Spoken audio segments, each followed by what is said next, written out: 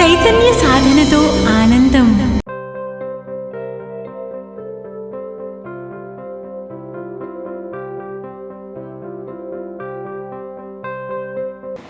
ఒక మంత్లీ ఒక సెషన్ని ఒక థెరపటిక్ ఆస్పెక్ట్స్లో మనం కండక్ట్ చేయాలి టీవైటీఏసీ మెంబర్స్ కోసం.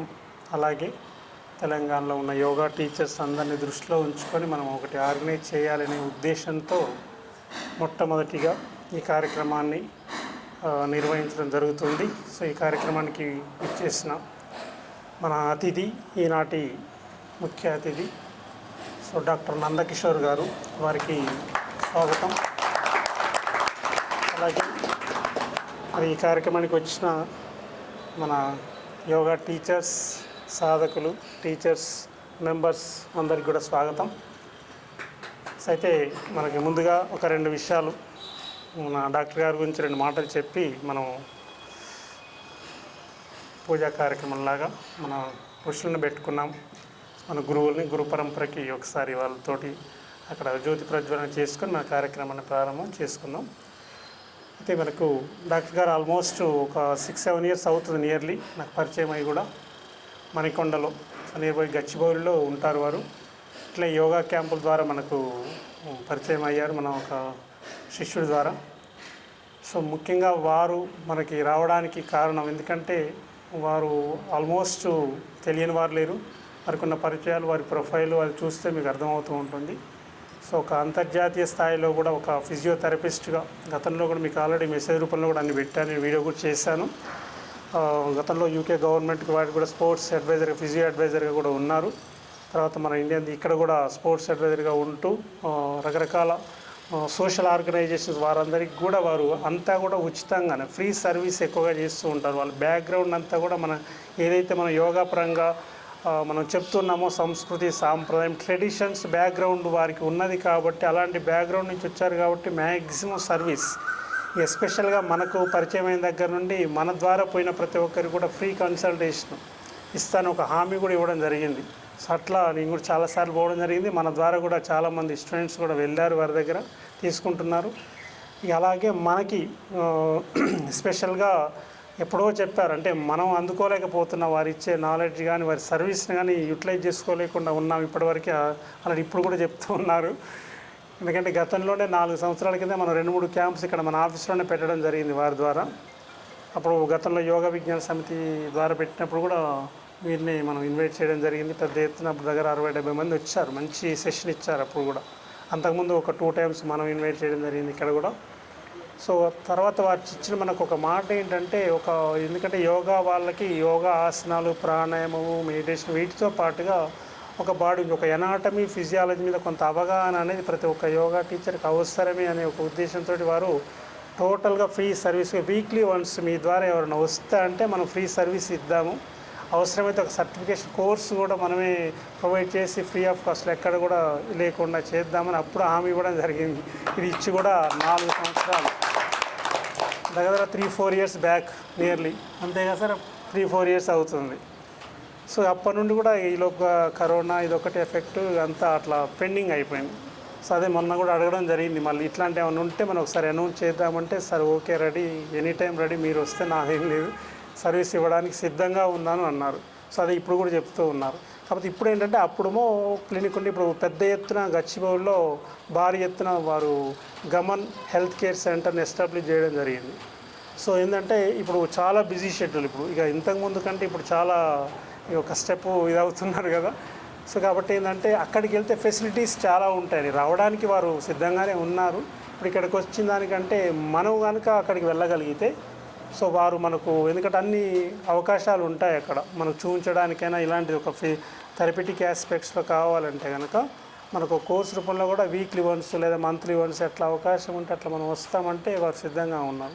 సో అట్లా ఫర్దర్గా చూద్దాం. అలాంటి అవకాశాన్ని మనం ఎంతమంది ఉపయోగించుకోగలిగితే, ఒక లిస్ట్ అవుట్ అయితే ఇంతమంది రెడీగా ఉన్నామంటే దెన్ సార్తో మనం తర్వాత లేటర్ డిస్కస్ చేయొచ్చు. ఓకేనా? అలాంటి అవకాశాన్ని మనకు వారు ఇస్తున్నప్పుడు మనం దాన్ని సద్వినియోగం చేసుకోవడం అనేది అది మన చేతిలో పనిగా మనకు కావాలి అనుకుంటే. ఓకే, సో అలాంటిది మనకిప్పుడు తెలంగాణ యోగా టీచర్స్ అలయన్స్ కమిటీకి వారు పూర్తిగా ఇక ఎనీ టైం మనకు ఒక హెల్త్ పరంగా ఒక డాక్టర్ పాయింట్ ఆఫ్ వ్యూలో కానీ ఏదైనా కానీ ఒక రకంగా టీవైటీఎస్కి ఒక ఫిజియోథెరపిస్టే కాకుండా ఫిజికల్ అడ్వైజర్గా కూడా మనకి ముందు కూడా వారే కొనసాగే అవకాశం మనకు ఉంటుంది కాబట్టి దాన్ని అలాగే మనం ముందు ఉపయోగించుకున్నాం. ఓకేనా? సో ఇక అయితే ముందుగా సరిగా వారు మాట్లాడడానికి ముందు ఎట్లాగే వారే మాట్లాడతారు కాబట్టి ముందు ఒకసారి మనము గురు పరంపరకి జ్యోతి ప్రజ్వలన చేసుకుని ప్రారంభం చేసుకుందాం. అఖండ జ్యోతి జలావో, అఖండ జ్యోతి జలావో,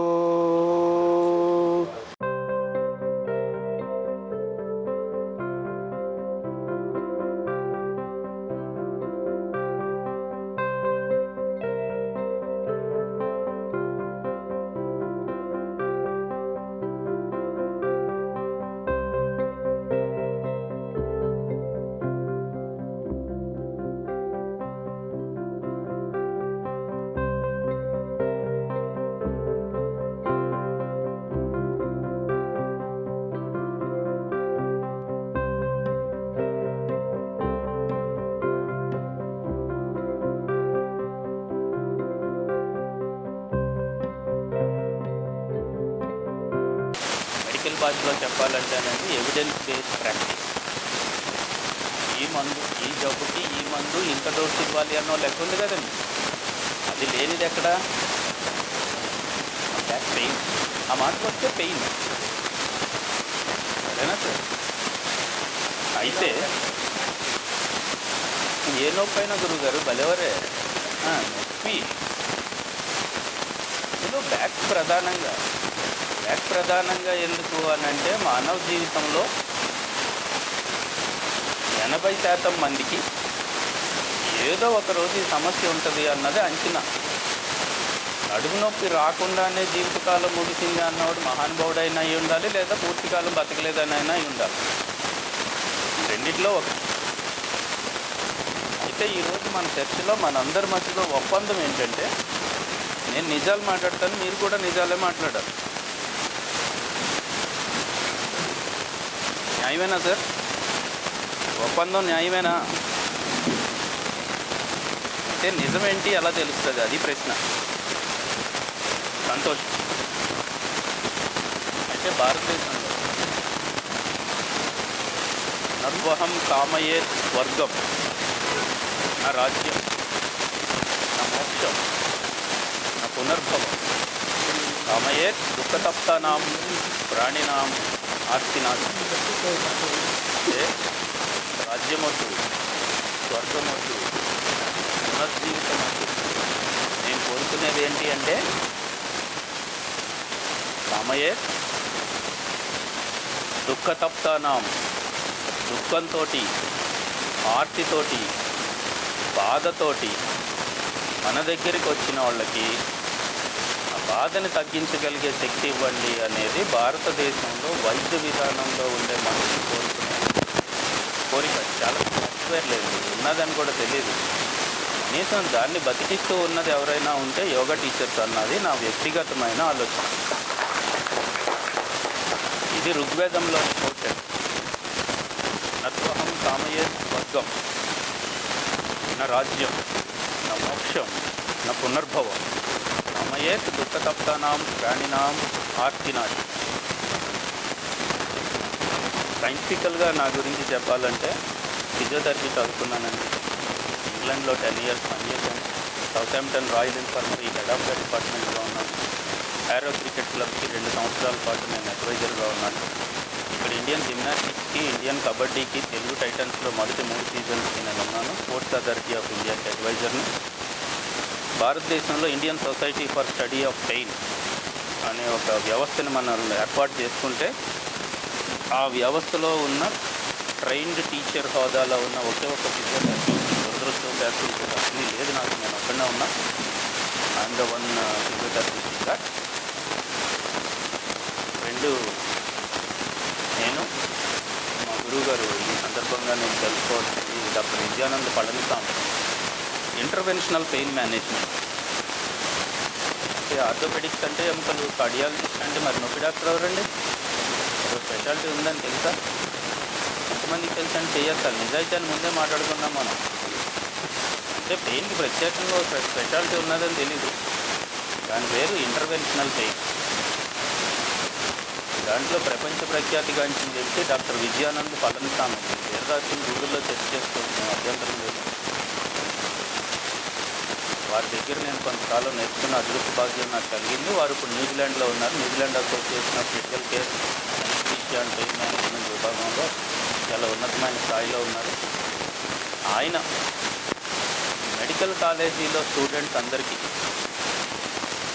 పెయిన్ వారికి ఉన్న ప్రాంతంలో ఉన్న అవకాశాలను అనుసరించి అక్కడ దొరికే మందులను బట్టి వైద్య విధానం నొప్పికి సంబంధించిన కొన్ని గైడ్లైన్స్ని మనం రూపొందించాలని ఆస్ట్రేలియా న్యూజిలాండ్ అసోసియేషన్ తోటి మిగిలిన ఇంచుమించుగా ప్రపంచంలో 60 దేశాలతో కలిసి ఎసెన్షియల్ పెయిన్ మేనేజ్మెంట్ EPM అనే ప్రోగ్రామ్ స్టార్ట్ చేసి ట్రావెలింగ్ పెయిన్ స్కూల్ అని పెట్టారండి.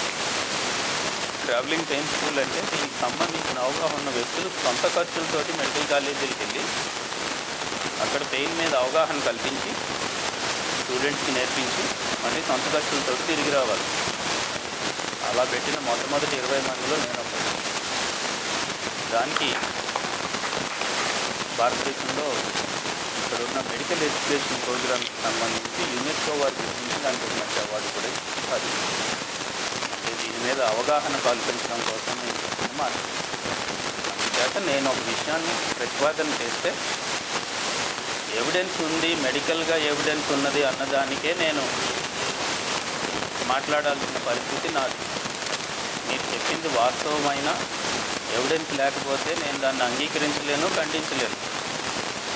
అలాగే నేను చెప్పినప్పుడు కూడా దాని అర్థం ఏంటంటే అమ్మా, మెడికల్ బుక్స్లో సైంటిఫిక్ గ్లోబల్ ఎవిడెన్స్ ఉన్నదాన్ని మాత్రమే మాట్లాడాలి. ఎందుకంటే ఆయన ప్రాక్టీసింగ్ ఫిజియోథెరపీ. నాకు తెలిసినవన్నీ లేదా నేను ఊహించినవన్నీ నాకు అనిపించినవన్నీ ఇక్కడ నేను ప్రతిపాదన చేయలేను కాబట్టి నాకు కొన్ని లిమిటేషన్స్ ఉంటాయి. మీరు దయచేసి అర్థం చేసుకోవాలి. 2, మనం కూడా ఇది రోజు ప్రాక్టీస్ చేస్తే సార్ రేపు పొద్దున మీరు ఏ పేషెంట్ తోటైనా మీరు మాట్లాడాలి, దానికి కంప్లీట్గా సాధికారత అనేది ఉంటుంది. 3వ విషయం, స్కార్బరో అనే ఊళ్ళో డిస్క్ ఆపరేషన్స్ చేయడం మొట్టమొదటిగా మొదలుపెట్టారండి ఇంగ్లాండ్. ఇక్కడైతే దాన్ని ఉద్యమంలాగా కొనసాగించారు. ఆరోగ్యశ్రీ దయ వల్ల అయితే వేలాది డిస్కులు కోసారు. కోసిన తర్వాత పోస్ట్ ఆపరేటివ్ ఫెయిల్యూర్స్ చాలా వచ్చినాయి. అంతకుముందు అంతా కాకరకాయ, తర్వాత కేకరకాయ అయింది. అంతకుముందు నొప్పితో నడిచేవాళ్ళు, తర్వాత కూలబడ్డారు. వాస్తవం కదా? సో దాన్ని ఫెయిల్డ్ బ్యాక్ సిండ్రోమ్స్ అంటున్నారు. అదొక పేరు దానికి. విన్నారు ఎప్పుడైనా రాయండి, డాక్టర్స్ ఎక్కడైనా రాసి ఉంటే చూడండి. ఫెయిల్డ్ బ్యాక్ సిండ్రోమ్ అని ఒకటి ఉంది. అంటే ఫెయిల్డ్ బ్యాక్ సర్జరీ. ఆయన బ్యాక్ పోలా, సర్జరీ పోయింది. సరే, దానికి మనం ఏం చేయలేం. కానీ వారు అప్పుడు పోస్ట్ డిస్క్ రీహాబిలిటేషన్ ప్రోగ్రామ్ అనే దాన్ని చాలా సైంటిఫిక్గా రూపొందిస్తే మన లోయర్ ట్యాంక్ బండ్లో ఉన్న రామకృష్ణ మిషన్ వారి దగ్గర సూర్య నమస్కారాల పుస్తకం ఒకటి 10 రూపాయలు కొనుక్కుని వెళ్ళి ఇచ్చి, ఇయ్యే సార్ మేము 3000 సంవత్సరాల నుంచి చేస్తున్నామని చెప్పా. దానికి ఏ రీతిన సైంటిఫిక్ ఎవిడెన్స్ ఉన్నది అన్నది అప్పట్లో సూర్య నమస్కారాలు మనకి తెలుసు, యోగా చేయడం తెలుసు, వాస్తవానికి నాకన్నా మీకు బాగా చేయడం తెలుసు. కానీ ఏ మజిల్ ఎంత ఉపయోగపడుతుంది అన్న దాని మీద కొంత నేను రీసెర్చ్ చేయడానికి అవకాశం వచ్చింది. ఆఖరిగా అమెరికాలో $50 బిలియన్ ప్రతి సంవత్సరం బ్యాక్ పెయిన్ మీద ఖర్చు పెడుతున్నారు. లాస్ ఆఫ్ వర్క్ డేస్ కావచ్చు, ఇన్సూరెన్స్ క్లెయిమ్ కావచ్చు, ట్రీట్మెంట్ ఆప్షన్స్ కావచ్చు, మెడికేషన్స్ కావచ్చు. $50 బిలియన్. దాన్ని తెలుగులో రూపాయల్లోకి మార్చి ఎవరైనా చెప్తారా? ఎవరు ఆర్థికవేత్తలు ఉండే ఉంటారు ఎక్కడో చోట. ఏం సార్, $1 మిలియన్ అంటే $10 లక్షలు అండి. $75 ఉందా సార్? ఇంచుమించుగా అనుకుందామా? 80 అనుకుందాం. పోనీ $1 దాన్ని ఉంది. డాలర్ ఇష్టం వచ్చినట్టు పెరుగుతుంది కదా. $10 లక్షల ఇంటూ 80 సార్, 8 కోట్లు. అయ్యా, $80 లెక్కనేసారా? సో సంవత్సరానికి 40,000 కోట్ల రూపాయలు అమెరికాలో మాత్రమే బ్యాక్ పెయిన్ మీద ఖర్చు పెడుతున్నారు. ఫ్రీగా చెప్తాంరా అంటే మన వాళ్ళకి రోగం, అంతేనా? అంతేనమ్మా? పైగా దాని సొల్యూషన్ మందాయే, ప్రధానంగా ఉన్నది యోగానాయే, అందులో మనం ఉన్నాం. దీని మీద అవగాహన లోపం, ఈ తలతిక్క ప్రశ్నలకి సమాధానం చెప్పగలిగే సమర్థత లేకపోవటమే మనకున్న బాధ. అందుచేత గురువుగారు దీని మీద ఒక ఆల్మోస్ట్ పోరాటం లాంటిది ఆయన చేసుకుంటూ కడుపు కట్టుకొని తిరుగుతూ ఏం సంపాదించినట్టు కూడా కనపడలేదు గురువుగారు. సరే, కాకపోతే వారి పోరాటానికి, ఇన్ని సంవత్సరాలు వారి కమిట్మెంట్కి, ఇందాకే చెప్పాను కదూ, ఈ సమాధానం, ఈ మాట నేను అనగలిగానంటే నాకు ఆ హక్కు ఉందండి. ఏమని చెప్పాను? కామయేత్ దుఃఖతప్తానాం ప్రాణినాం ఆర్తినాశనం, రాజ్యం వద్దు, సుఖం వద్దు, స్వర్గం వద్దు అన్నప్పుడు మాటకి నిలువెత్తు రూపం గురువు గారు కనుక, అంతేనండి. వారి కోసం ఎప్పుడైనా వస్తాం, ఎక్కడికైనా వస్తాం, ఎక్కడైనా ఉంటాం, ఏదైనా చేస్తాం సార్. It's a promise.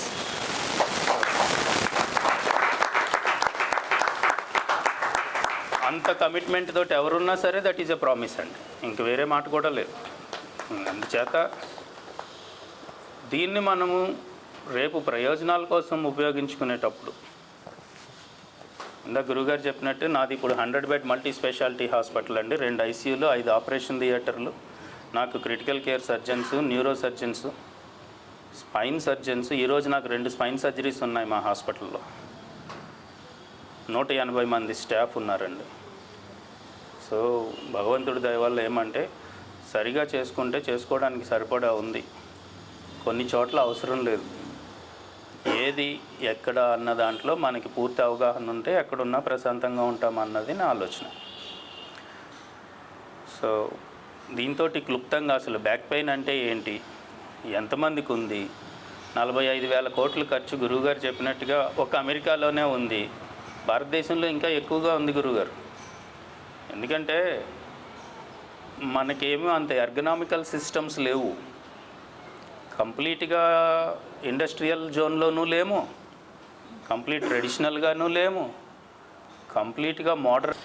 వాళ్ళకి 2 గంటలకు ఒకసారి ఇంజెక్షన్ చేయాల్సిన పరిస్థితి వచ్చింది. అంటే రోజుకు 12 ఇంజెక్షన్లు, 5 రోజులు చేయాలి. ఎన్ని ఇంజెక్షన్లు అండి? 60 ఇంజెక్షన్లు చేయాలి. ఈసారి సూది కనపడగానే నొప్పి మొదలవుతుంది. మీకు 10 అయ్యాక ఒప్పుకుంటారా ఒప్పుకోరా? మరి గుచ్చలేదు, గాయం జరగలేదు, నొప్పి వచ్చింది కదా. అది ఎక్కడి నుంచి వచ్చింది? పెర్సెప్షన్. దీన్నే పెర్సెప్షన్ అంటామండి. అంటే నొప్పి ఎంత తీవ్రంగా ఉంటుందో ఊహించుకొని కలగజేసే నొప్పి పెర్సెప్షన్ అంటారు. దీనికి అనేక రకాలుగా మనం దాన్ని ఎగ్జాంపుల్స్లోకి తీసుకొచ్చండి. ఎవరైనా ప్రేమగా చెంప మీద కొట్టారనుకోండి, ఎర్ర 2 రోజులు అయిపోయింది నువ్వు కనపడలేదని, బాగానే ఉంటుంది. ఆ పక్కన ఎవడన్నా ఉన్నాడు అనుకోండి, మనకి ఇష్టం లేని వ్యక్తి, నొప్పి ఎక్కువగా ఉంటుంది. వాస్తవమా కాదా? ఏమా ఇటు నుంచి ఎక్కువ స్పందన వచ్చింది, అది నాకు తెలుసు. అది అంటే యాక్చువల్గా గాయం వేరు, అయిన గాయం తర్వాత పట్టించుకోవాల్సిన వ్యక్తి పట్టించుకోకపోతుండే నొప్పి వేరు. ఇది పెర్సెప్షన్. ఏమా సమస్య ఉంది, బ్యాక్ పెయిన్ అన్నారనుకోండి, పుట్టింటోళ్ళు వచ్చినప్పుడు ఉండదు నొప్పి అన్నారనుకోండి, చాలా తీవ్రంగా ఉంటుంది అది.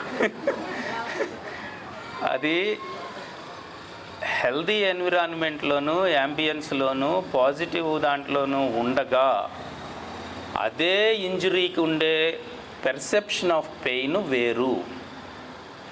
అదే ఇంజురీకి ఉండే పెర్సెప్షన్ ఆఫ్ పెయిన్ వేరు. ఏది తేడా? నైతికత, ఇందాక మనం అనుకున్నది ఎథికల్ ప్రాక్టీసు, మోరల్స్, ఇవి దాన్ని లేపుతాయి. అందులో తగ్గినాయి అనుకోండి, ఎక్కడ వ్యక్తిలో కానీ, కుటుంబంలో కానీ, సమాజంలో కానీ దాని తీవ్రత ఎక్కువగా ఉంటుంది. ఎందుకు సమాజం అన్నారు? బ్యాక్ పెయిన్ ఉంది, ఆయన సాధారణ సెక్యూరిటీ గార్డు, నొప్పి ఉందండి అన్నాడు అనుకో, మంది చేలు డ్యూటీ చెయ్యంటే ఎక్కడ న్యాయం? అది నుంచుని ఉండాలి కదా పాపం. లేదు నిన్ను మార్చేసి ఇంకొకరిని పెట్టాను ఏజెన్సీ వాడితో మాట్లాడితే, అప్పుడు మరి ఆ సమాజంలో నైతికత ఉందా? ఏ రోజుది ఆ రోజు ₹4 డబ్బులు సంపాదించుకొని తెచ్చుకొని కుటుంబాన్ని పోషించుకునే వ్యక్తిలో ఎక్కువ నోసిసెప్షను ఎక్కువ, పెర్సెప్షన్ కూడా ఎక్కువ, ఎస్కేప్ ఆపర్చునిటీ లేదు. మహేంద్ర సింగ్ ధోనీకి వచ్చిందండి బ్యాక్ పెయిన్, నష్టంలే 150 కోట్లు ఉన్నది ఆయనకి స్పాన్సర్షిప్. ఆయన రాకపోతే టోర్నమెంట్లు పోస్ట్పోన్ అవుతాయి, తప్పులేదు. అదే కొత్త కుర్రగాడికి వచ్చింది, ఆడికి మళ్ళీ టీమ్ సెలెక్షన్ రాదు. Sir, I'm an advisor to Indian gymnastics and kabaddi. I told you already. I know what it means. Do or die. వాడు చచ్చిపోతాడు తెలుసా మీకు? 14 ఏళ్ళు ప్రాక్టీస్ చేసి చేసి చేసి చేసి ప్రీమియం తెలుగు టైటన్స్లోకి సెలెక్ట్ అయ్యి సంవత్సరానికి ₹1 కోటి కాంట్రాక్ట్ వచ్చి కరెక్ట్గా టోర్నమెంట్ ముందు ఏ కారణానికైనా బ్యాక్ పెయిన్ వస్తే వాడు ఏమైనా చేస్తాడు, టోర్నమెంట్కి అయితే వెళ్ళాలి, ఏమైనా చేస్తాడు, అక్కడికి కానీ వెళ్ళాలి. మొన్న 16 ఏళ్ళ కుర్రోడు వచ్చాడండి, తెలంగాణ రంజీ టీంగా ఆడుతున్నాడు. ఇంకొక 1 or 2 ఇయర్స్లో వాడు ఐపీఎల్లోకి సెలెక్ట్ అవ్వడానికి అనుకూలంగా ఉన్న ప్లేయర్, స్పిన్నరు, బ్యాట్స్మెన్, మంచిది ఉంది. షోల్డర్ డిస్లోకేట్ అయ్యింది, వాడు ఏడుస్తూనే ఉన్నాడు. షోల్డర్ డిస్లొకేషన్ 16 ఏళ్ల కుర్రోడికి అసలు నాకు సమస్య కాదు. 3 నెలలు రెస్ట్ ఇచ్చి తర్వాత స్ట్రెంగ్తెన్ చేస్తే సెట్ అయిపోతాడు, ఆపరేషన్ వద్దు ఏమీ వద్దు. కానీ ఇటు కెరియర్లో వాడు మళ్ళీ మీరు జాగ్రత్తగా చేయకపోతే మళ్ళీ రంజీ టీంకి ఆడే అవకాశం లేదు. పైగా స్పిన్ చేసే ప్రతిసారి వాడు షోల్డర్ డిస్లొకేట్ అయిపోతే ఇంకెందుకు పనికిరాడు. అలాగని సర్జరీ చేస్తే ఏమవుతుందండి, టైట్ అవుతుంది, మీకు కావాల్సిన రేంజ్ ఆఫ్ స్పిన్ రాదు. బ్యాట్స్మెన్ 6లు కొడతా ఉంటాడు, వీడు పనికిరాడు. ఇప్పుడు అర్థం చేసుకోండి వాడి తీవ్రత ఏంటి. అందుచేత నొప్పి ఉన్నది అని అంటే అందరి నొప్పులు ఒక రకంగా ఉండవమ్మా. మన నొప్పి మనకి ఎక్కువ, వాడి నొప్పి వాడికి ఎక్కువ. వీడి నొప్పి వాడి జీవితం మీద ఎంత ప్రభావాన్ని చూపిస్తోంది అన్నది అంచనా కట్టగలిగితేనే దాని తీవ్రత మనకి తెలుస్తుంది. అందుకనే ఎథికల్ ప్రాక్టీస్ అవసరం. సార్, ఇందాక మీకు చెప్పిన 5 నియమాలు మెడికల్ సైన్స్లో కూడా అంతేగా సార్? ఏమైనా తేడా ఉందా? అందులో ఏమన్నా తేడా ఉందా? సో మనం చూసే దృష్టిలోనే ఉన్నాయి. అది చెప్తే నవ్వుతున్నారు, ఇది చెప్తే ఎందుకు నవ్వరు సార్? ఒక్క పదం తేడా చెప్పానండి, అందులో ఉన్నాయి 5ఏనా? కాకపోతే ఎగ్జాంపుల్స్ మారాలి. అంత కాంప్రహెన్సివ్ అసెస్మెంట్ వైద్యులు చేయగలుగుతున్నారా లేదా అన్నదానికి ఆన్సర్ ఫ్యామిలీ ఫిజిషియన్ చచ్చిపోయాడు లేడు. He use to do it. Distortion కాదు కానీ నేను మీకు సరదా ఎగ్జాంపుల్ చెప్తా. లేటెస్ట్ ఎంఆర్ఐ ఉందో కార్పొరేట్ హాస్పిటల్లో, నన్ను పేర్లు అడగద్దు ఏం సార్, ఆ ఎంఆర్ఐలో చిన్న చిన్న బ్లడ్ వెసల్స్లో కూడా ఏమన్నా సమస్యలు ఉన్నాయా కనిపెట్టేయచ్చు. కానీ ఎంఆర్ఐకి అయ్యే ఖర్చు ₹18,000. అలాంటి ఎంఆర్ఐ ఉండడం మంచిదేగా సార్? ఎంఆర్ఐ కాస్ట్ ₹12 కోట్ల, దాని మెయింటెనెన్స్ కాస్ట్ ₹25 లక్షల. మరి రేడియాలజిస్టుల హంగామా కావాలి కదండి. 12 కోట్లకి ₹2 వడ్డీ 25 లక్షలు, 12 కోట్లు 2 సంవత్సరంలో కట్టాలంటే 50 లక్షలు. పై పూసుకి కింద పూసుకి జాయింట్ ఉన్నదన్న కనిపించిందా? ఇవి బోన్సే కదా సార్, ఇదో బోన్ కదా సార్. మోకాల్లో ఎలాగైతే బోన్ ఉంది, కార్టిలేజ్ ఉంది, సైనోవియం ఉంది, క్యాప్స్యూల్ ఉంది, లిగమెంట్స్ ఉన్నాయి, మెనిస్కై ఉన్నాయి, క్రూషియేట్ లిగమెంట్స్ ఉన్నాయి, ఇవన్నీ ఎలాగున్నాయో మీనియేచర్ లెవెల్లో ఈ జాయింట్లో కూడా ఉన్నాయి. దీన్ని సైనోవియల్ జాయింట్ అంటాము, దీన్ని కూడా సైనోవియల్ జాయింట్ అంటాం. సైనోవియల్ టిష్యూ ఉంటే సైనోవియల్ జాయింట్ అంటాం.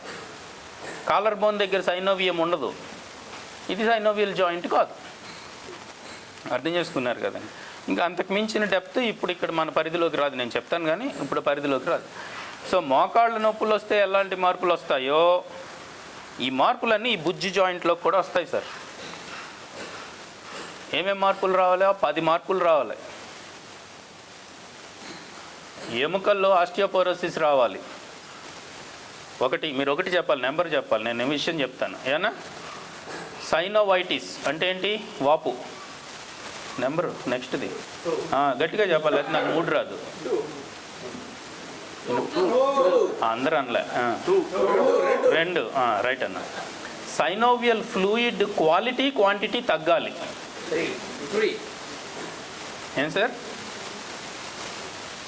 క్యాప్స్యూల్ టైట్ అయిపోవాలి. దీని చుట్టూ క్యాప్స్యూల్ ఉంటుంది, దానివల్ల మూమెంట్ రేంజ్ తగ్గుతుంది, తగ్గాలి. అది 3. లిగమెంట్ ఇంజరీసు లేదా లిగమెంట్లో ఉండే బయోకెమికల్ ప్రాపర్టీసు తగ్గాలి.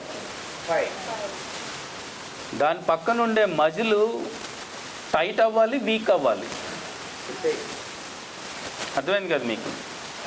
ఈ కార్టిలేజ్ కింద ఉండే బోన్లో గుల్లలు ఫామ్ అవ్వాలి. అర్థమైందా సార్? దాన్ని సబ్కాండ్రల్ స్క్లిరోసిస్ అంటాం మేము. నెంబర్ మర్చిపోయారు? నెంబర్ మర్చిపోతే కష్టం. అర్థమైందండి? 7. ఇక్కడ మెనిస్కై ఉంటాయి మోకాల్లో, అక్కడ డిస్కులు ఉంటాయి. ఎంత?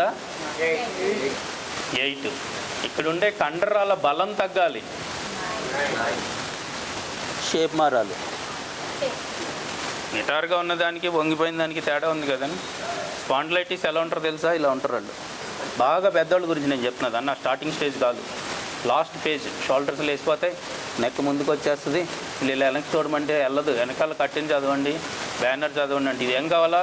ఈ షోల్డర్స్ కిందకి రావాలి, బ్యాక్కి పోవాలి, అప్పుడు చూడగలుగుతారు. మీరు నెక్ పైకెట్టి వెనకాల చూడండి, చూద్దాం. 1,00,000 రూపాయలు ఇస్తా, ట్రై చేయండి. 1,00,000 కదా? సరే, నా 1,00,000 నాకు మిగిలిన గురువుగారు. ఎన్ని చెప్పానన్నా? మరి డిస్క్ ఒకటి పట్టుకుని స్పాండిలైటిస్ అంటే మనం ఏం చేయాలి? ఎంఆర్ఐ తీసుడు, డిస్క్ పట్టుకోండు. వచ్చేసింది నీకు, ఏమొచ్చింది? ఏం రాలే.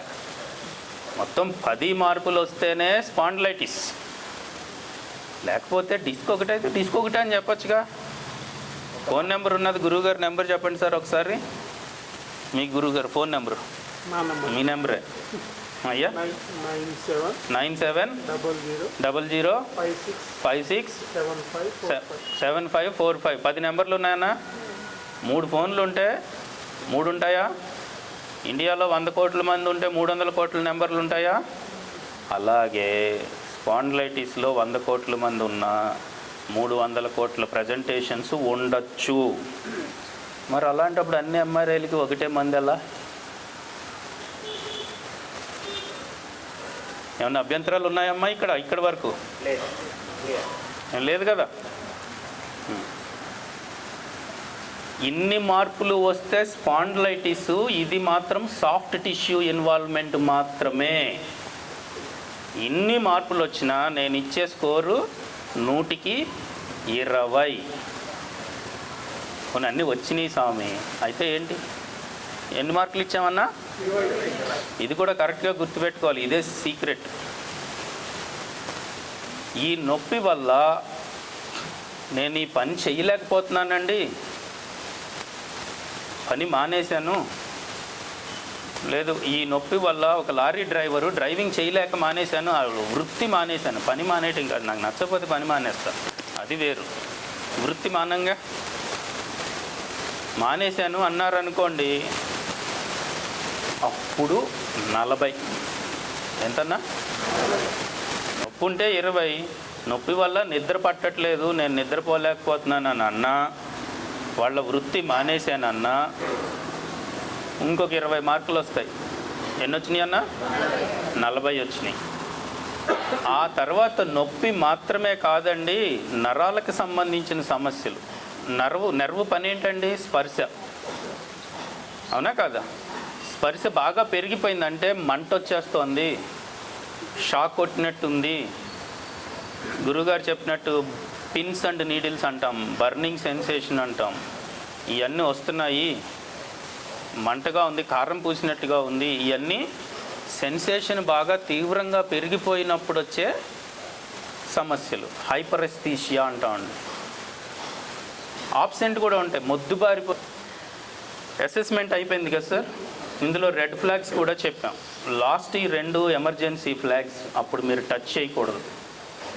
1, 2, 60 సంవత్సరాల వయసు దాటితే బ్యాక్ పెయిన్ అని చెప్తే మీరు దయచేసి క్యాన్సర్ రిలేటెడ్ సమస్యలను కూడా దృష్టిలో పెట్టుకోండి. ఇక్కడ ఇంకా చర్చ పెట్టద్దు, సరేనా సార్? ఖచ్చితంగా ఎవరో ఒక డాక్టర్ చూసి రూల్ అవుట్ చేసి మనకి ఇక్కడ ఏమీ లేవు అనిపించుకున్నప్పుడు నన్ను తప్పుగా అనుకోవద్దు. ఇబ్రహీంపట్నం దగ్గర 4 తల్లులకి సర్జరీలు చేస్తే పాపం ప్రాణాలు కోల్పోయారు. గుండెని పిండే బాధ, నేను కాదన్నా సార్. ఇన్ని లక్షల మంది సర్జరీలు సక్సెస్ఫుల్గా చేశారని ఏ డాక్టర్ గురించి ఎప్పుడైనా రాశారా? ఎందుకు రాయరు? సిద్దిపేట దగ్గర గవర్నమెంట్ హాస్పిటల్లో కార్డియాక్ అరెస్ట్ తోటి వచ్చిన వాడిని ఆన్లైన్ ట్రీట్మెంట్ తోటి స్టంట్ వేసి బతికిచ్చారు. రాశారా? రాయరు.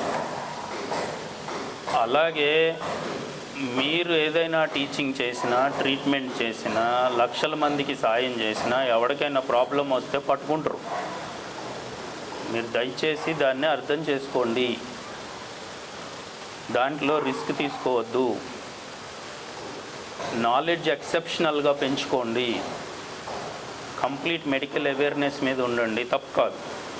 ఎంతవరకు దాన్ని వాడుతున్నాము, ఏ సందర్భంలో వాడుతున్నాము, ఎలాగ వాడుతున్నాము అన్నది మాత్రం I will leave it to you sir.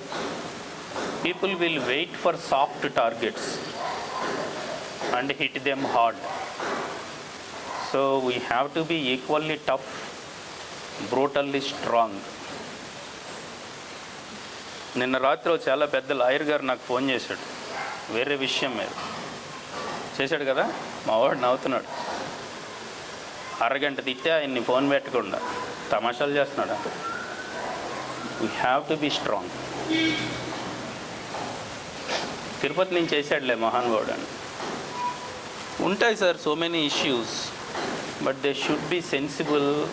And when you are in practice, you should practice in such a way. People should think 10 times before they come and touch you. So you please practice that way. ఇది ఒకటి నేను చెప్తున్నదన్న. Age ఒకటి మీకు ఇందాక assessment దాంట్లో నేను age ఎందుకు చెప్పలేదు అన్న దాంట్లో మనం చాలా అలర్ట్ ఉండాలి. నేను మీకు చెప్పిన సైనోవైటిస్లు ఇవన్నీ 20 ఏళ్ల పిల్లోడికి కనిపిస్తే అది రుమటాయిడ్ ఆర్థరైటిస్ లాంటిది కావచ్చు. మీరు దాని మీద దృష్టిలో పెట్టుకోండి. నందా, మరి మీరు 10 చెప్పారు, ఇది ఉంది కదా, ఇది స్పాండిలైటిసే కదా అంటే బ్రహ్మానందం గారిది ఉంటుంది 11 పెట్లున్న ఏ బండి అది అని అడుగుతాడు కదా. సర్కార్ కాదు, 11 పెట్లున్నది గూడ్స్ అని చెప్తాడు. గుర్తుందా మీకు? ఎన్నా చూసారా? అంటే సరదా గుర్తు పెట్టుకోవడానికి చెప్తున్నానమ్మా. ఎన్ని పెట్లు ఉన్నాయి అని అడుగుతారు సార్ ట్రైన్ని. ఇవన్నీ ఉన్నాయి కదా నందా, మరి నువ్వు చెప్పావు కదా స్పాండిలైటిస్ కదా. ఎక్సెప్షన్స్ కొన్ని. మరి 20 ఏళ్ల వయసులో వాడికి ఆస్టియోపోరోసిస్, డిస్క్, కాంట్రల్ స్క్లిరోసిస్ రాకూడదు కదా, వచ్చినాయి. మనమేం ఆలోచించాలమ్మా? ఇన్ఫ్లమేటరీ కండిషన్స్ ఉండొచ్చు, రుమటాయిడ్ ఆర్థరైటిస్ లాంటివి ఉండొచ్చు, అన్ని స్పాండిలైటిస్లు కావు. సో ఏజ్ గ్రూప్ని బట్టి మనం దృష్టిలో పెట్టుకోవాలి. ఫీవర్ ఉందా? ఇన్ఫెక్షన్ ఉంది. వైరల్ ఫీవర్స్ వచ్చి తగ్గినాయా? దాన్ని దృష్టిలో పెట్టుకోండి. ఏం సార్ సడన్గా వెయిట్ తగ్గిపోయాడా? టీబీ లాంటి కండిషన్స్ వచ్చినాయా? క్యాన్సర్లు వచ్చినాయా? సిస్టమిక్ ఇన్ఫెక్షన్స్ ఏమైనా వచ్చినాయా? దీన్ని మీరు దృష్టిలో పెట్టుకోండి. షుగర్స్ ఉన్నాయా? ఆ కండిషన్స్ ఎలా ఉన్నాయి? కిడ్నీ ఫెయిల్యూర్ వచ్చిందా? మజిల్ లాస్ ఎలా ఉంది? ఇది అంత లోతైన మెడికల్ నాలెడ్జ్ అవసరం లేదు సార్. జనరల్ అవగాహన ఉంటే చాలు. Things are not fair. ఈ 4 కనీసం గమనించండి. ఏంటి ఆ 4? షుగర్, బీపీ ఉందా? వయసు ఎంత? సడన్గా బరువు పెరగడం కానీ తగ్గడం కానీ జరిగిందా? జ్వరం ఉందా? జ్వరం వచ్చి తగ్గాక ఈ సమస్య ఉందా? ఎన్ని రోజుల నుంచి ఉందని అడుగుతారు కదా, అక్కడ గమనించండి. మేయో క్లినిక్లో ప్రాక్టీస్ చేసే ప్రాక్టీషనర్ అయినా ఈ 4 క్వశ్చన్స్ అండి. Age, comorbidities, diabetes, hyper tension, hyper thyroidism, basic thyroid, renal parameters, creatinine, liver function test. వాళ్ళ శక్తి సామర్థ్యాలను బట్టి నెమ్మదిగా లోతుగా వెళ్తూ ఉంటారు. ఎక్కడ రేరెస్ట్ కండిషన్ పట్టుకుంటారు. Rheumatoid factors, rheumatoid arthritis, CRP, ఇంక ఇన్వెస్టిగేషన్స్ లిస్టు ఎండ్లెస్. కానీ మనకి for a common man 4 factors. ఎంతకాలం నుంచి ఉంది, ఏజ్ ఎంత, వెయిట్ లాస్ కానీ వెయిట్ గెయిన్ కానీ ఉందా, జ్వరం ఉందా. చికెన్ గునియా సైనోవైటిస్ని విపరీతంగా పెంచుతోంది సార్. ఏ జాయింట్లోనైనా సైనోవియం లేయర్ అనేది ఉంటే అక్కడ వాపులు వస్తున్నాయి. చికెన్ గునియా వచ్చినప్పుడు ఫీవరు 102, 103, ఒక్కోసారి 104 కూడా కొట్టినప్పుడు వాళ్ళకి యూరిన్ అవుట్పుట్ కనీసం 2 లీటర్లు ఉండేటంత ఫ్లూయిడ్ ఇవ్వాలి, సెలైన్ నడిపించాలి. ఎండు ద్రాక్ష రసం, కొబ్బరి నీళ్ళు, మజ్జిగ నీళ్ళు, బార్లీ వాటరు, బత్తాయి రసం, ఇలాగ ఫ్లూయిడ్స్ మార్చి ప్రతి గంటకి ఇవ్వాలి. ఎలక్ట్రోలైట్స్ కలిపి ఇవ్వాలి. ఇలా ఇవ్వని సందర్భంలో పోస్ట్ వైరల్ ఇన్ఫెక్షన్స్ ఏదైనా కానివ్వండి, మీరు చికెన్ గినియా అన్నారు, ఏదైనా కానివ్వండి, పోస్ట్ వైరల్ ఇన్ఫెక్షన్స్లో during fever phase if they are dehydrated, that impact is going to be there for 3 years, and if they don't take care, that will be there for rest of the life. Mark my word. సరేనా sir అన్నా? Clear. అందుకనే fever వచ్చిందా అనడంలో మనకి ఈ ఉంటాయి. ఎందుకని అక్కడ సైనోవైటిస్ విపరీతంగా వస్తుందండి. జాయింట్లన్నీ వాపులు వస్తాయి, లేవలేరు. ఆ స్థితికి వచ్చిన తర్వాత ఆ వాపు కొంచెం తగ్గుతుంది, బాడీ ఇమ్యూనిటీ ఉంటుంది, కానీ కంప్లీట్ రికవరీకి రారు. సో ఫీవర్ వచ్చినప్పుడే మనం దానికి సరిగ్గా వాడాలి. Any viral fever. కోవిడ్ తర్వాత అయితే దుర్మార్గం అండి, నేను చాలా ఎక్కువ చూస్తున్నాను. సో దాన్ని అండర్ ఎస్టిమేట్ చేయొద్దు.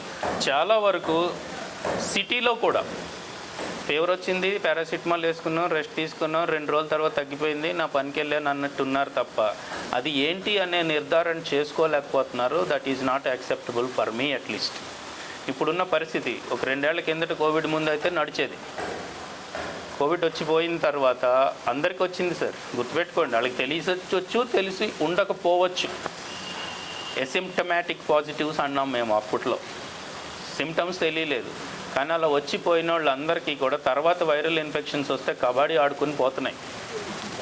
సీరియస్లీ అండి, nobody is immune to that. So keep your self very alert. అన్న ఎక్కడున్నా నేను? ఈ 4గిట్లని మీరు సీరియస్గా దృష్టిలో పెట్టుకోవాలి. అప్పుడు మనం దాన్ని అర్థం చేసుకోవాలి. నెక్స్ట్, ఇప్పుడు ఈ వెన్నుపూస ఉంది కదా సార్, మీరు అడిగిన క్వశ్చన్కి దీని ట్రీట్మెంట్కి కలిపి చెప్పే ప్రయత్నం చేస్తానన్న. అన్న అడిగింది ఎపిడ్యూరల్ ఇంజెక్షన్ అని ఇస్తారండి. సిజేరియన్ సెక్షన్ చెయ్యాలి అని అంటే ఎపిడ్యూరల్స్ ఇస్తారు. ఎపిడ్యూరల్ ఎక్కడ ఇస్తారు? ఇక్కడ ఇస్తారు. ఇదే లొకేషన్, ఇంక మళ్ళీ మీరు ఆలోచించే పనిలే. ఇక్కడికి ఇచ్చినప్పుడు ఈ లోపల పసుపు పచ్చగా ఉంది కదా, ఇది వెన్నుపాము. దీనిపైన ఉండే అవుటర్ కవర్ని ఎపిడ్యూరల్ మ్యాటర్ అంటారు, లోపల ఉండేది పయామీటర్ అంటారు. ఏం సార్? దాని కింద ఉండేది అరెక్నాయిడ్ మ్యాటర్ అంటారు. మొదటి వరుసకి రెండో వరుసకి మధ్యలోకి ఇంజెక్షన్ ఇవ్వాలి, దీనికి గుచ్చకూడదు.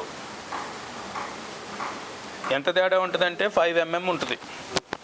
ఒకసారి కన్ను గురుగారు ఇలా పెట్టాలమ్మా,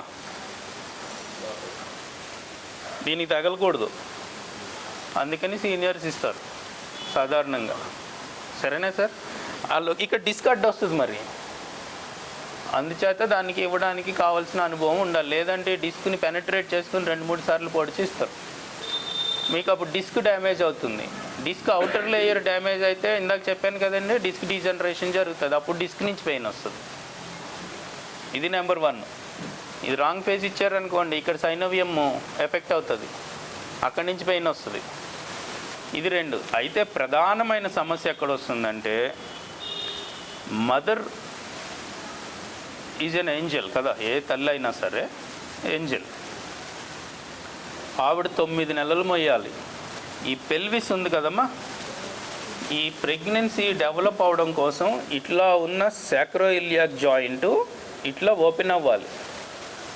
అప్పుడు ఈ బేబీ పెరగడానికి అవసరమైన స్పేస్ క్రియేట్ అవుతుందండి ఈ 2 వైపులా. దీనికోసం ఈ జాయింట్స్ అన్నీ వదులవుతాయి.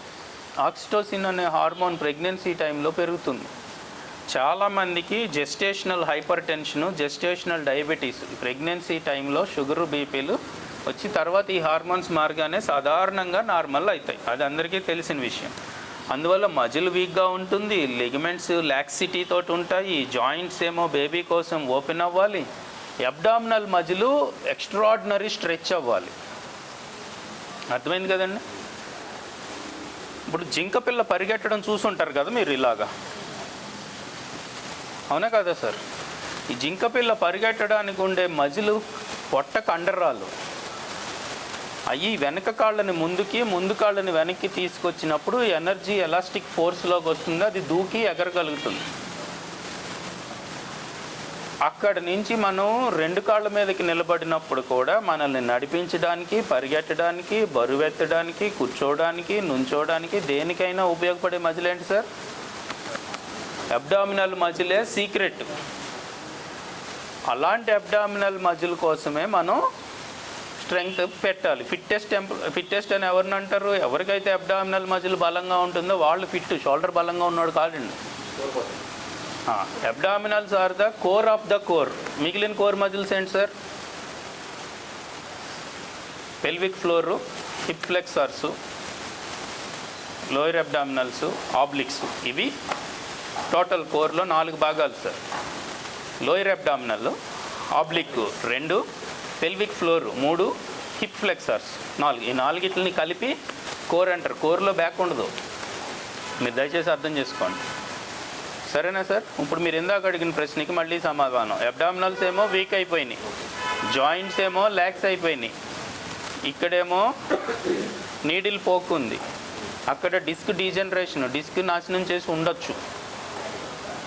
అబ్డామినల్ వీక్ అయిపోయినప్పుడు ఆ మజిల్ లోడ్ అంతా అబ్డామిన్ మీద పడకుండా స్పైన్ మీద పడినప్పుడు మిగిలిన వాటికి కంప్రెషన్ వచ్చి ఉండొచ్చు. అక్కడున్న సైనోవైటిస్ వల్ల ఇన్ఫ్లమేటరీ వచ్చి నెర్వ్ రూట్స్ మీద పడి ఉండొచ్చు. ఇవి కారణాలు. ఇవి కాకుండా ఇందాక మీకు చెప్పాను ఏముంటుందమ్మా? డయాబెటీస్ ఉంటుంది. డయాబెటీస్ ఉంటే డయాబెటిక్ న్యూరోపతి ఉంటుంది, బర్నింగ్ సెన్సేషన్ ఉండొచ్చు. ఇంకొకటి ఏంటంటే మదర్కి పోషణ అందాలి, బిడ్డకి పోషణ అందాలి. కనుక iron, vitamin D, B12 deficits ఉంటాయి. తినడానికి ఉండదు తల్లికి, ఫుల్ కదండి. కొంచెం తిన్నా వామిటింగ్స్ ఉంటాయి, చాలా భయంకరంగా ఉంటాయి. తినడానికి ఆసక్తి ఉండదు, కంటిన్యూస్ వామిటింగ్ సెన్సేషన్స్ ఉంటాయి. నువ్వు తిను అంటే కుదరదు వాస్తవంగా తల్లి. సో ఆప్టిమల్ ఫుడ్ తినలేని పరిస్థితి ఉంటుంది, నీడ్ ఉంటుంది, డెఫిసిట్ ఉంటుంది. అందుకనే పౌష్టికాహారాన్ని చాలా శ్రద్ధగా అందించమంటారు. We have to create that environment. So మీరు ఇప్పుడు న్యూట్రిషనల్ డెఫిసిట్ ఉందా?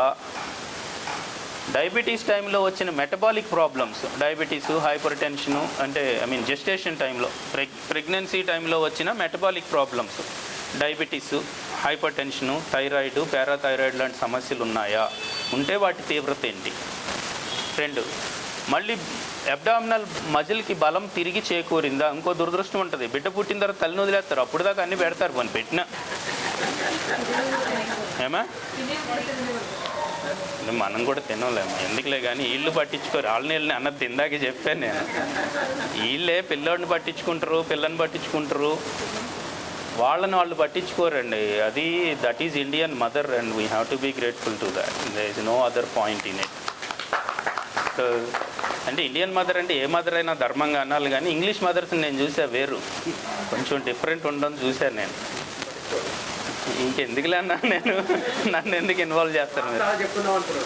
వేరు అన్నాను కదా, మీరు స్పష్టంగా అర్థం చేసుకోవాలి. అందుకని అన్న యు గాట్ ద పాయింట్స్. ఇవి ప్రధానమైన కారణాలు. సో ఇప్పుడు దీనికి కరెక్షన్ చేయాలి అనుకున్నప్పుడు అందాకే చెప్పానండి, 10 నెంబర్స్లో 10 సమస్యలు ఉన్నప్పుడు 10టికి కలిపి స్టాండర్డ్ ఆన్సర్ ఉండదు. ఎంత తీవ్రత ఉన్నది అన్న దాన్ని బట్టి కరెక్షన్ చేయాలి. సరే, why yoga becomes an solution for the pain? Nerve damage అయిపోయింది అని కానీ, యూరిన్ కంట్రోల్ పోయిందని కానీ, ఈ 2 ఫీవరు, వెయిట్ లాస్, ఇన్ఫెక్షన్ ఈ లేకపోతే దీర్ఘకాలమైన నొప్పి ఉన్నప్పుడు వెన్నుపూస మీద 7 వరుసల్లో మజిల్స్ ఉంటాయి. మొదటిది ఎరెక్టార్ స్పైనే, 2 మల్టిఫిడస్ లంబోరం, 3 క్వాడ్రేటస్ లంబోరం, 4 లాటిస్మస్ డోర్సై, 5 రాంబాయిడస్, 6 సూప్రాస్పైనేటస్, 7 పైనుండే ట్రెపీజియస్. ఎన్ని వరుసలు అని చెప్పానన్నా? సరిపోయినాయా? 7 వరుసల్లో ఉంటే కిందవి దీన్ని పట్టు ఉంచేయి, అంటే వెన్నుపూసకు ఆనుకుని ఉన్న 7 వరుసలు కదా, మామిడి తాండ్రలాగా 7 వరుసలు అనుకుంటే కింద లేయరు వెన్నుపూసని పట్టుకొని ఉంచుతుంది, స్టెబిలిటీ. పై లేయరు కదపడానికి ఉపయోగపడుతుంది. దీర్ఘకాలమైన నొప్పి ఉన్న వాళ్ళల్లో కింద మజిల్ టైట్ అయిపోద్ది, వీక్ అయిపోద్ది. ఏమవుతుందన్నా? బాగా పై లేయర్లో ఉన్నది స్ట్రెచ్ అయిపోద్ది, వీక్ అయిపోద్ది. వీక్నెస్ కామను, కిందవి టైట్ అవుతాయి, పైన వీక్ అవుతాయి. అందుకనే మీకు ఈ ఓల్డ్ స్పైన్ ఇలాగుంటుంది కదండి సాధారణంగా, ఆ షేప్ రావడానికి కారణమవుతాయి. దాన్ని కరెక్షన్ చేయాలంటే కిందది స్ట్రెచ్ చేయాలి, మిగిలినవి అన్నీ స్ట్రెంగ్తెన్ చేయాలి. దానికన్నా ముందు అబ్డామినల్ మజిల్ని స్ట్రెంగ్తెన్ చేయాలి.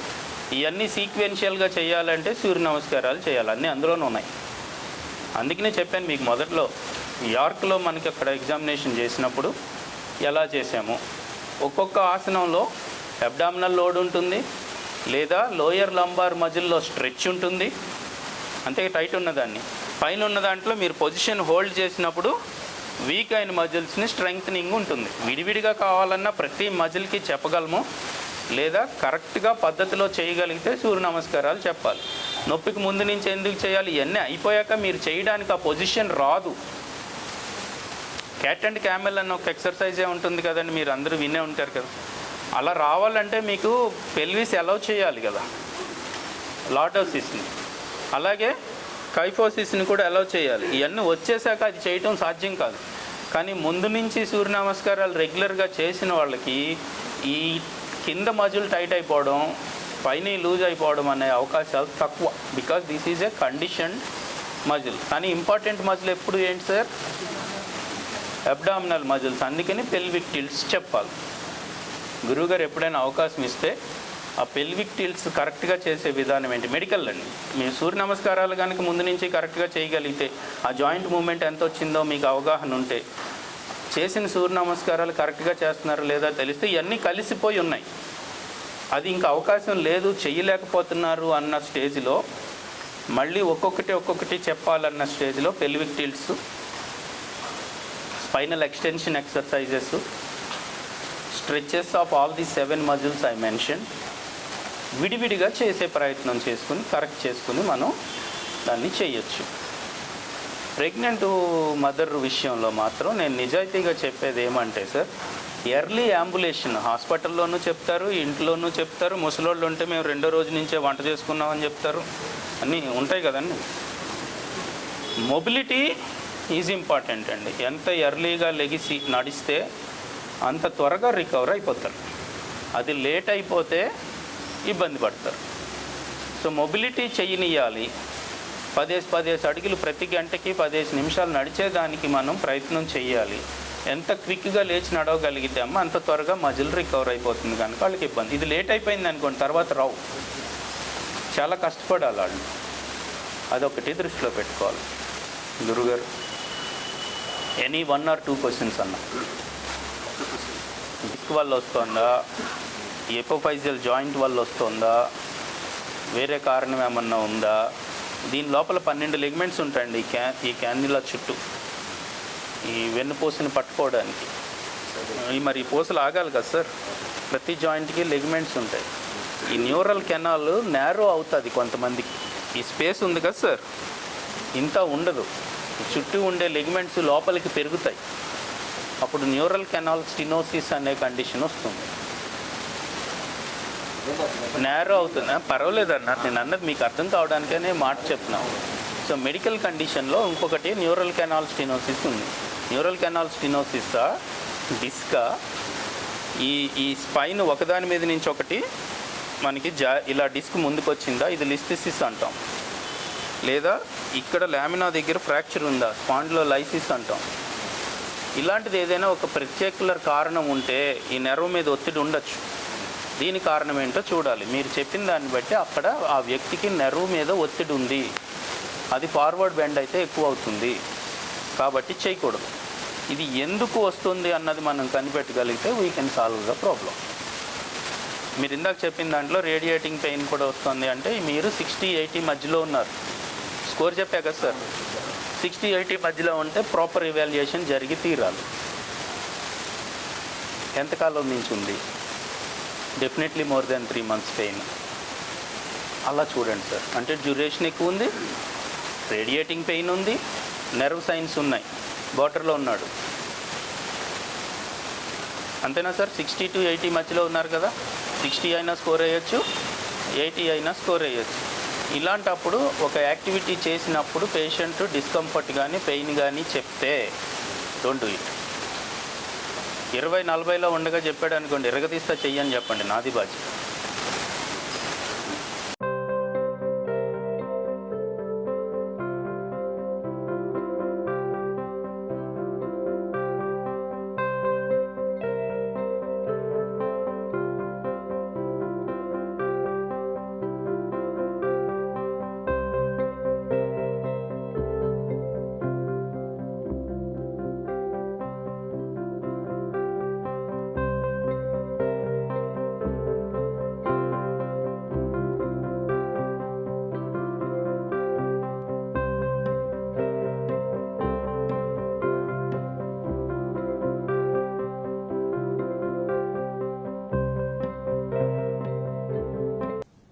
ఈ ఛానల్ను ప్రోత్సహించండి, ఆదరించండి, సబ్స్క్రైబ్ చేయండి, లైక్ చేయండి.